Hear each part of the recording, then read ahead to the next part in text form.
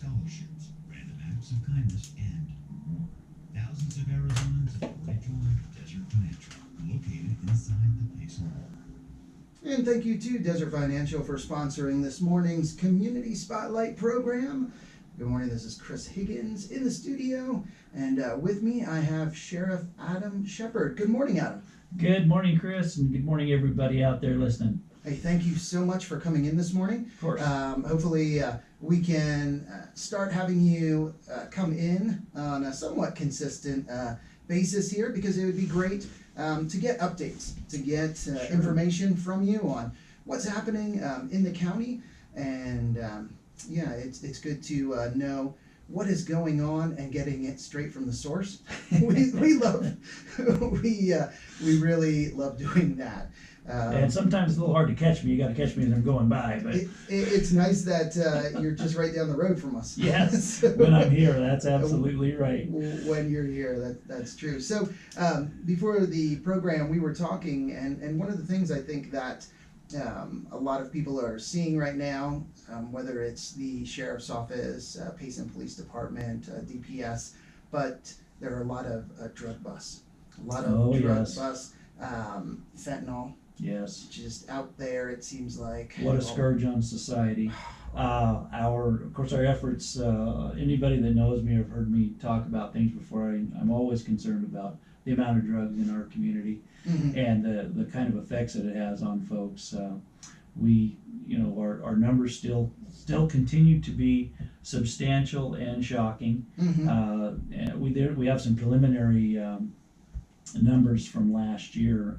Some of this stuff haven't been quite finalized yet, so it could be adjusted either way. But the state wants us to report these things in what they call micrograms, because it's only a few micrograms that can be a dose. Mhm. But we have over 14 billion of those. Mm. That's a lot of microgram. That is somewhere around 600, almost 700 separate doses. 700,000 separate doses. How many micrograms did you say? 14.3 billion micrograms. Billion. Mm-hmm. Oh my god. 14.38 kilograms. Oh. That, and the thing about it is, those folks that understand the difference between fentanyl and other types of drugs like that, Yes. is that it only takes a couple of micrograms to make a dose. Yes. And the problem with it is when you have folks that aren't pharmacies and that aren't companies that do this all the time, produce these things, then what it is you don't know how much is going to be in that dose. You get a pill on it.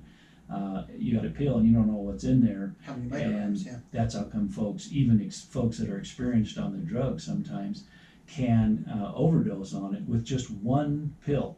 One pill. And we took off at least 691,000 of those pill-sized doses last year. 691,000. Yeah. Oh my gosh. It's outrageous. That is. And That's. of course, all that's not coming to Healy County or even Payson communities. So a lot of it's passing through, but some of it is coming to our communities. Yeah. And it's important that folks know that when we talk about this topic, I think it's important to understand that fentanyl can even be absorbed through your fingers. So if you've come across something that you think possibly or even remotely could be this stuff, you do not want to touch it. We have to have special, obviously, safety type items to be able to even process this stuff to get it to the laboratory to get looked at. So Talk about a be nasty. careful. That's a nasty drug. Yes, Just it nasty. is absolutely nasty, and it looks. Of course, the folks that produce this illegally makes it look like legitimate drugs, like you might have bought it at Like a prescription. like a prescription. Mhm. Like you got it from a doctor or a pharmacy. But we can tell the subtle signs. There are subtle signs. Mhm. But the main thing is if you suspect it at all and it's something that you've come across that you don't know where it came from, it's important not to handle it, because just handling it can be very dangerous for you. Wow. Of course, other drugs continue to be a problem too. Methamphetamine, we took off about 500,000 hits of those individual doses worth of those drugs last year. You know, those, and of course it depends on the size of the dose. Folks that take you know, illicit drugs in a constant basis, they work up some, you know, like an immunity to it, to where it takes more of the drug, of course, to have the same effect as things go along. So, but at the smallest dose that folks usually take of methamphetamine, we took off about a $500,000. Well, I want to say hi real quick. Randy Roberson is watching, and Randy. Hi, Randy. Our K-Rim news guy, and also in here on the community spotlight sometimes watching, along with, you'll appreciate this, Adam, Clifford Lane. Now, Clifford Lane is in southern Illinois right now, and he is a dispatcher for the Hardin County Sheriff's Office. Well, hello, Clifford. And yeah, he's always watching. He has family here in Payson. In fact, he was out last year and visited us and got a chance to meet Clifford. And it's always great seeing him on our Facebook live feeds. And again, a fellow sheriff. So I hope you're having a great day, Clifford. So the drug bust, those numbers are insane. Yes, they are, and they show no signs of slowing, especially with the, you know, the border just being porous and folks coming across it. I think one of the most noteworthy ones that I try to show people the seriousness of the situation is last year we'd taken off an individual, which was a juvenile that had been recruited by the cartels from Mexico, and was the actual one that was muling the drugs across the border and into wherever they were going to from here. Wow. When we caught up to them. So it's not anything that we need to you know, we need to be sloppy about or think that it's gone away. It hasn't even come close to gone away. It's even getting worse. So one of the tools that you have to combat this, to fight this, are canines, and you just got some new canines. We did indeed, and we thank to shout out to our local donor who remains anonymous, but that bought us actually 3 new canines last year. And of course, one of the problems that we've had lately with canines is that since the law changed with marijuana, we can't have dogs anymore that sniff marijuana and react to that. So of course those dogs have to be retired because once they learn something, you can't really unlearn it. We couldn't show in court that the dog was not hitting on marijuana, which they'd been trained for all the time. So some of those dogs had to be retired, and we had to retrain them, of course, to not hit on marijuana because of the change in the law. That's interesting. Yes. I didn't even think about that at all. It's not something that folks stop and think about, but it is, when it comes to us having to prove a case in court, it's a big deal, and so we want to have dogs that are trained just on the things that still remain illegal, and so that when a dog does what we call it an alert, when they indicate that there's drugs in a vehicle or in a house or wherever, that's defensible. And that's interesting. It makes me think of fentanyl, for example. So fentanyl, I know it's probably been around for a little while. It has been for a few years. For a few years. Approximately how long does it take, to bring canines, to get them trained on those new drugs? Yeah. And then of course they have to prove in what they call trials that they actually can find it, and that the confidence can be high that they actually did smell that drug and that it's there. And if they can't, then of course we can't use them, and they can't or we just go back and try to train them some more and see if we can get them up to speed on it. But that ability for them to smell so much better than us is a great thing, and we use it for a lot of stuff in our business. Of course, that being some of the most sensational, but it's just it's an ongoing thing, and you just have to see what happens next with it. But another event that's coming up, Law Enforcement Citizens Academy. Absolutely, and I'm glad you bring that up. We have one of our officers, as a matter of fact, is working with the state right now, has put together a Citizens Academy that starts on the 9th of February. We have put those on down through the years. It's been several years since there has been one. I think that all the citizens that get involved in it have a great time understanding a little bit more of the ins and outs of the police business, and maybe kind of understand when they see or hear something on the news that we always know is truncated because it's a time issue. They might understand a little bit more about what's actually going on. And so citizens that are interested in participating in this Law Enforcement Citizens Academy, you can pick up applications at the Gila County Sheriff's Office. Yes. And that's here in Payson or in Right. Globe, imagine? No, Or this is a just in Payson. Payson. Yeah, this is a Payson event. Yeah, just in Payson, and and then the PD. and Payson PD. Mm-hmm. Great. And if you have any questions, you can call Detective High Street Yes, at 474-2208. there you go. Nice. So a Law Enforcement Citizens Academy. Thank you for that. Oh, you're so very welcome. And usually, does that academy get pretty good participation? We've had some fairly good sized classes go through, and we take basically everything that an officer would learn a little bit, more kind of truncated a little bit, but it's you get to pretty much touch every aspect of the training that an officer would go through, which is normally about 6 months in a straight, everyday academy.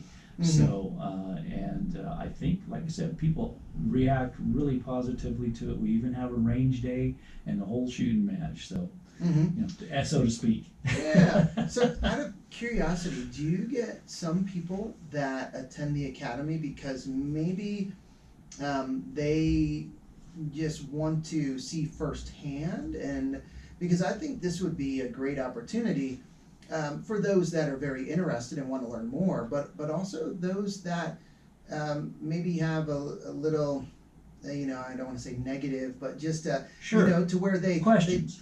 and then Sure. where they think, well, do they really need to do that, and why is it done this way, and Right. and I don't get this. I've seen a few down in the valley, Phoenix Police Department, where they've taken in journalists or different people that are maybe a little critical of how law enforcement has handled certain situations, and they've really got firsthand experience and knowledge Absolutely. of everything that law enforcement has to do, Sure. everything they're faced with, the challenges. So is that maybe, could some of those things You be better touched on? believe it is. And another thing we've actually done for our volunteer organizations have recruited some folks out of these things because they see the types of things that go on and end up that, hey, that might be something I'd be interested in doing. And so I think it opens their eyes a lot Gotcha. to what they just hear in a soundbite or something, Yeah. As they go about their daily lives, because there's not time to explain everything, of course, and Yes. it gets confusing on folks. So sometimes that's all you hear is just a little bit of what actually occurred, but understanding the reasons why. And I'm never going to say that every police situation goes perfectly like it should, but there's usually a reason why it did go the way that it did. Some kind of a procedure or something like that starts it down that path. So that's a great opportunity to raise awareness, or for I someone to think increase so awareness. too. I think it's good. Again, that's the Law Enforcement Citizens Academy, February 9th through April 13th, every Wednesday evening from 6 to 9 p.m. And you can pick up applications here in Payson at the Gila County Sheriff's Office or the Payson Police Department. Thank you. Oh, you're so welcome. Now, let's go into recruitment and talk about positions. And it sounded like it's a constant program, I guess, or plea is, hey, if you're interested, if this is something Absolutely. you'd like I to mean, do. you probably see our van that's got the ad on it. Our ads on our Facebook page all the time. We run it in the paper, on the website, every place we can possibly do it. I would say that some people have suggested to us, you ought to go out to these folks that hold resumes and stuff out, for places trying to recruit. We've tried those before. Those do cost folks money that do those, and we didn't really get a lot of return on that. We have a lot more return on our efforts here at home to try to get somebody from, we're probably not going to draw somebody, or rarely, from across the country, but somebody that's looking for work here locally. Mhm. Of course, that's who we want. We want somebody that likes the area and wants to be here. Mm-hmm. You know, and of course, salaries are killing us a little bit these days. Mm-hmm. You know, for whatever reason, the private industries have kind of woken up a little bit and really put a lot of heat on us as far as competing Mhm. for folks.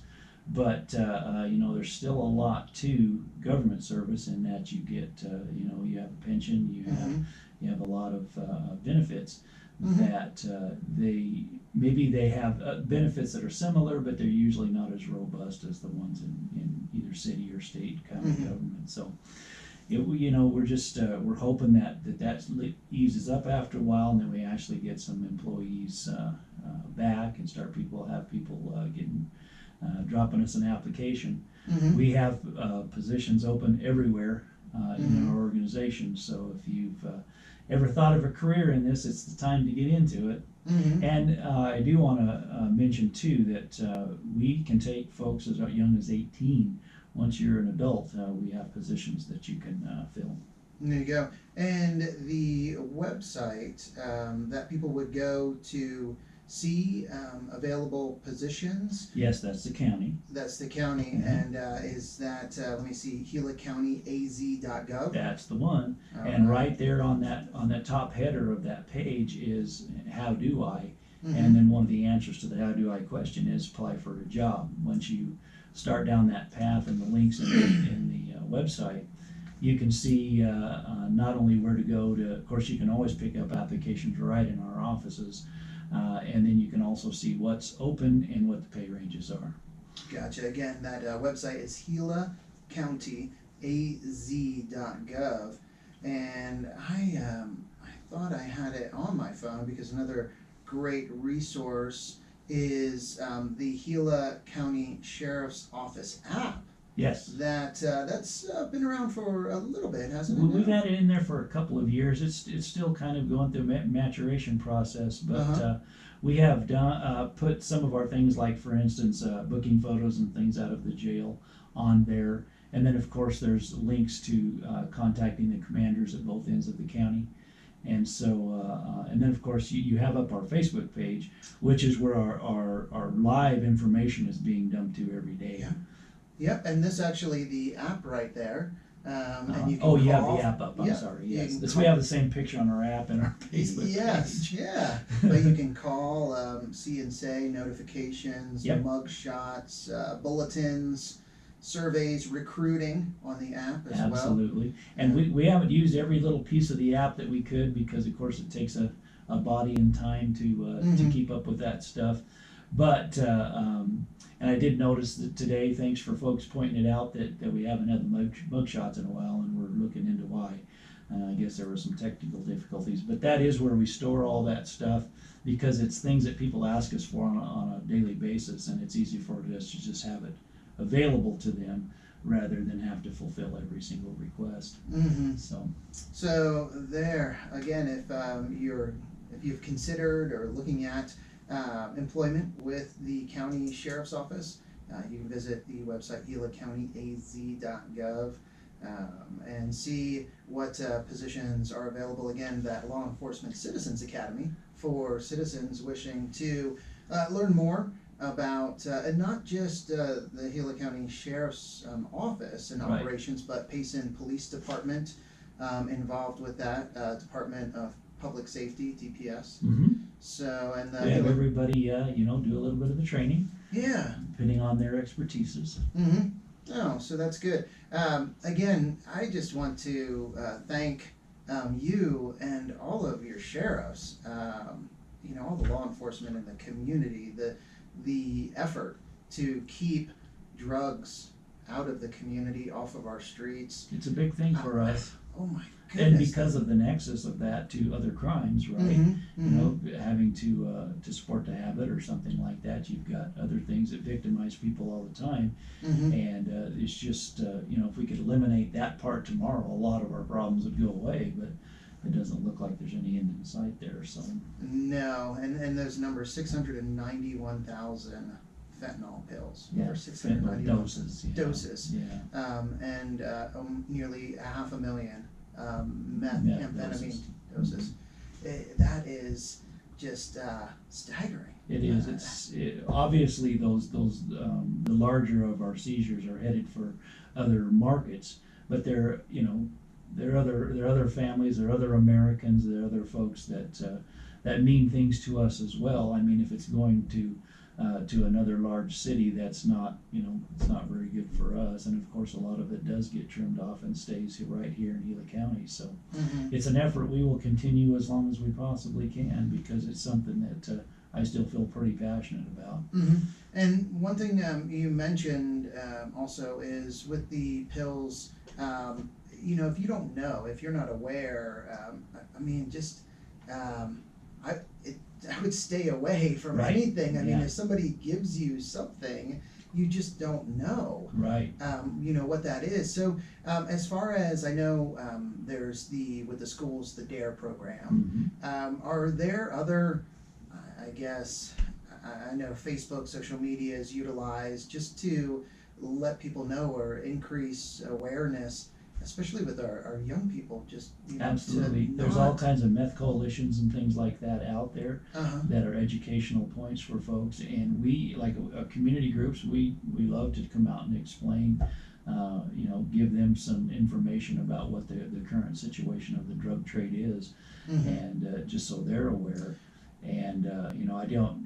It's bad enough that somebody that's in that business gets hurt, but somebody that's innocent and has nothing to do with all of that stuff comes across some fentanyl laced things and touches it, and just you can get enough absorbed through your skin to stop your breathing, and if somebody's not there to help you, it's not going to turn out very well for you. That's how overdoses happen. Yes. So we obviously want to just keep all of that stuff. We don't want people to be victimized and them not know. Yeah, so if you're part of an organization, a group, a club, and you would like to have the sheriff's office, somebody, a sheriff, come and talk to your group about this. Absolutely. We'll bring you examples, let you see what it looks like, let you kind of feel. We even have I still keep a dummy. It doesn't have any real drugs in it, but just to show you what a kilogram of drugs feels like. And depending on what the dosage is in those drugs, that could be thousands of individual doses for folks, just a kilogram. So. Wow. So you can get in touch with the Gila County Sheriff's Office through the website, gilacountyaz.gov. Sure. Or just drop us an email or stop by or anything of that nature.